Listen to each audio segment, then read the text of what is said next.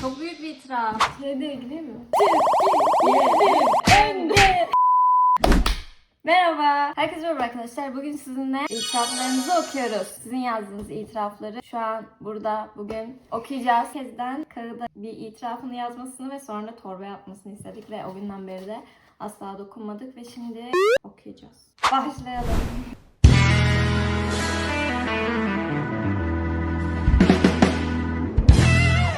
Dünden beri açıp bakmamak için zor tutuyorum. Bak şunu seçtim. Hadi oku. Öne'nin ilk senesi yılbaşı günü arkadaşlarla kale içine gittik. Limanın üstündeki parkta alkol içtik. Bir tane abi vardı Ankaralı.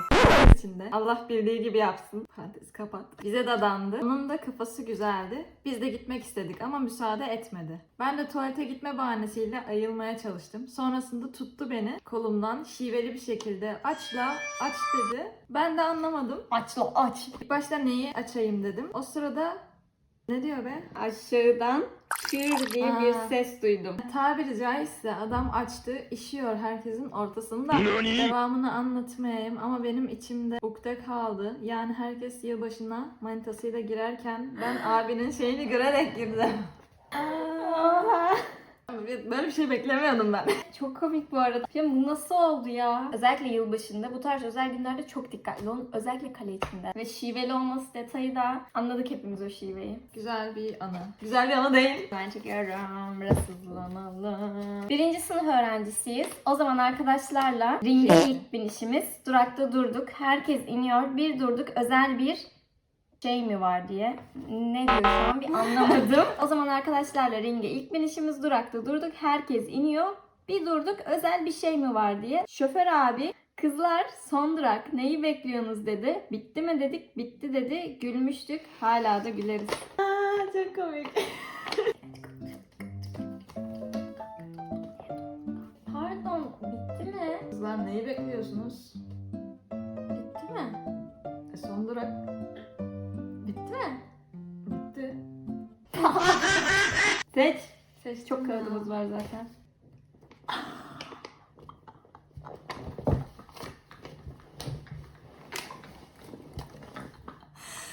Okuyorum. Eski sevgilim gay çıktı.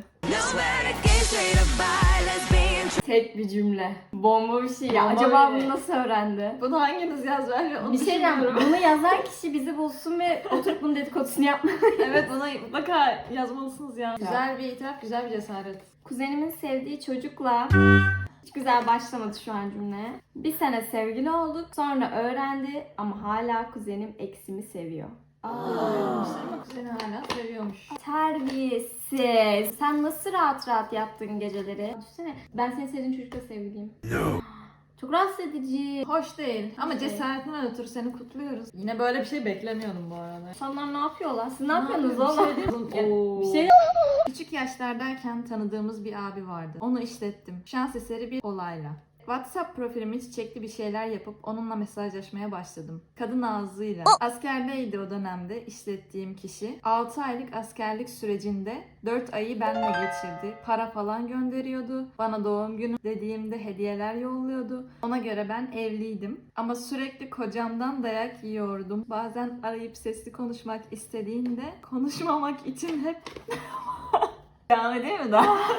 Siz dolandırıcısınız ulan. İnsanların duygularıyla nasıl bu kadar rahat oynayabiliyorsunuz ya? Mesela ben Duygularıyla oynamışlar, üstüne para da koparmışlar. para da olay vasıtasıyla birine işletsem bile max bir gün sürer bu arada. Neyse, devam ediyorum. Bazen arayıp sesli konuşmak istediğinde konuşmamak için hep bahaneler üretiyordum. Çok ısrar edince aklıma internetten bir uygulama geldi. Kelime yazdığımda kadın sesiyle seslendiriyordu program. Siz ne kadar fenasınız ya. Telefonu açıp çok kısa konuşmalar yapıyordum. Bu olay eski bir olaydı. Lise yıllarımdı. Ama onun sayesinde okulun bir dönem harçlığının hepsi çıkmıştı. Sıkılıp gerçeği söylediğimde numaramı kız numarası diye tüm askerlere dağıtmıştı. Güzel bir intikam ama aslında değil. Enayi. Ve cidden telefonum susmuyordu. Bir dönem zorunluluktan numaramı değiştirmiştim. Aha. Yakın çevremden bir insanın bunu yapacağını Aynen bu arada. düşünmezdim. Erkeklerin böyle direkt sosyal medyadan kadınlara ultra mega güvenip para göndermesi, özellikle bunu üst yaştaki kesimdeki insanların yapması nasıl? Nasıl tanımadığınız, daha yüzünü bile görmeniz, sesini bile duymadığınız insana hemen güvenip bağlanabiliyorsunuz. 4 ay. Bir de para atmış.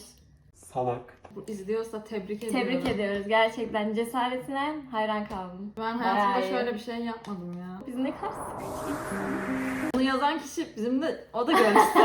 Oo, çok kısa. 2 sevgilim oldu ama ikisini de gerçekten sevdiğimi hissetmedim. İki sevgilisi aynı anda mı olmuş? Zaten kanka bunların hepsi bir deneyim. Bir şeyler yaşayarak öğreniyorsun. İnsanlar sana karşı bir şeyler hissetti diye sen onlara karşı bir şeyler hissetmek zorunda değilsin. Ve böyle hissediyorsan da onlar sana böyle hissettiriyor demektir. Sana verebileceğimiz tavsiye bu. Bu çok normal bir şey arkadaşım. Üzülme yani. Bu bir Evet. itiraf değil. Bu çok normal bir şey. Ama şu da var, bir şey hissetmediğin halde ben seni seviyorum, ben de öyle hissediyorum falan deyip kandırmaman gerekiyor. Evet. Umarım kısa sürmüştür. Arkadaşlarının vaktini çalmamışsındır. Abonelerimizi seviyoruz. Düşüyorum yani. Ay dur görmedim dur. Kız kuzenimle küçükken gizlice buluşup öpüşüyorduk. Parantez içinde kızım. Bunu hangimiz yapmıyorduk ki? Ya saçmalama. tatlı bir şey bu. Devam ediyoruz arkadaşlar. 13.000 TL'ye kuzenimin nişanı için elbise aldım. Ama okul için bir etkinlik için bir ay önceden yaptığım tüm planları iptal edip nişana gitmiyorum. Ama pişmanlığım 15.000 TL.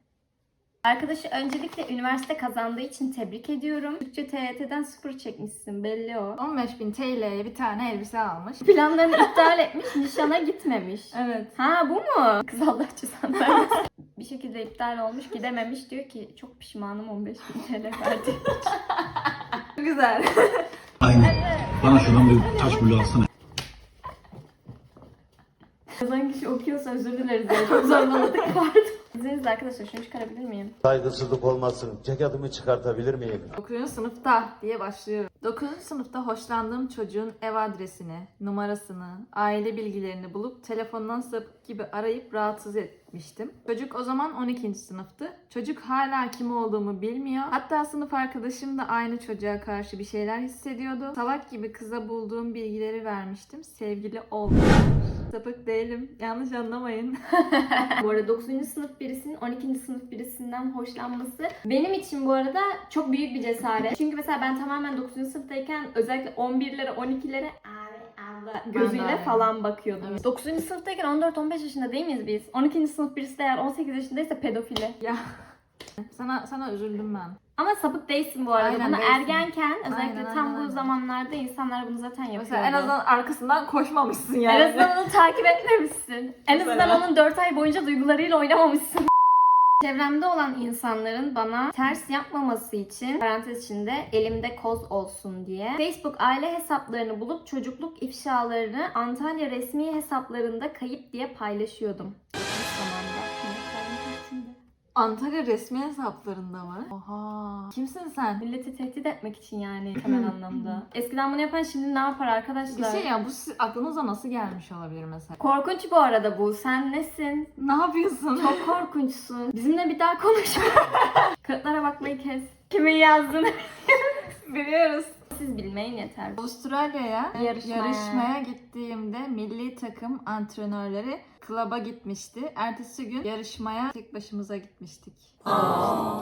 Ya çok üzücü. Antrenörler bu kadar sorumsuz olmamalı ya. Çocuklar zaten yarışmaya geldikleri için ayrı bir psikoloji, bunalım, bunun hazırlık süreci var bunun öncesinde ve orada bulundukları psikolojik kaygı var. Ve sen o çocukları bırakıp bir anda klaplamaya gitsen bile ertesi gün sorumlu bir şekilde Evet. orada görevinin başında olmalısın. Senin adına çok üzüldüm bu arada. Kim olduğunu biliyoruz. Sen kalbi kırık bir sporcusun. Bundan sonraki yarışmalarında antrenörler edine bol şans. Bir daha klaba sen de git. O üstteki karaladığın mevzuyu da bir ara oturup konuşalım. PS'li miyesli bir yazımız var sırada. Bölüme ilk başladığımızda oha hocanın ismini vermiş. Aa, Ben de bakayım. bunu söylemeli miyim? Bu hocanın ismi ne olsun? Dünya olsun mu? Dünya olsun hadi. Bölüme ilk başladığımızda Dünya Hoca'nın anatomi dersinde hatırlayan varsa hoca sınıfa dönerek bu konuşan erkek sesi kimin diye kızmıştı. Selamlar. O kişi bendim. Ayrıca hocalar sınıfa sorular sorduğunda çoğunun cevaplarını bilsem de sınıf karşısında inek görünmemek için susuyorum. Bu arada formatınızda başarılar diliyorum. Eğlenceli ve pozitif geçmesi dileğiyle. PS.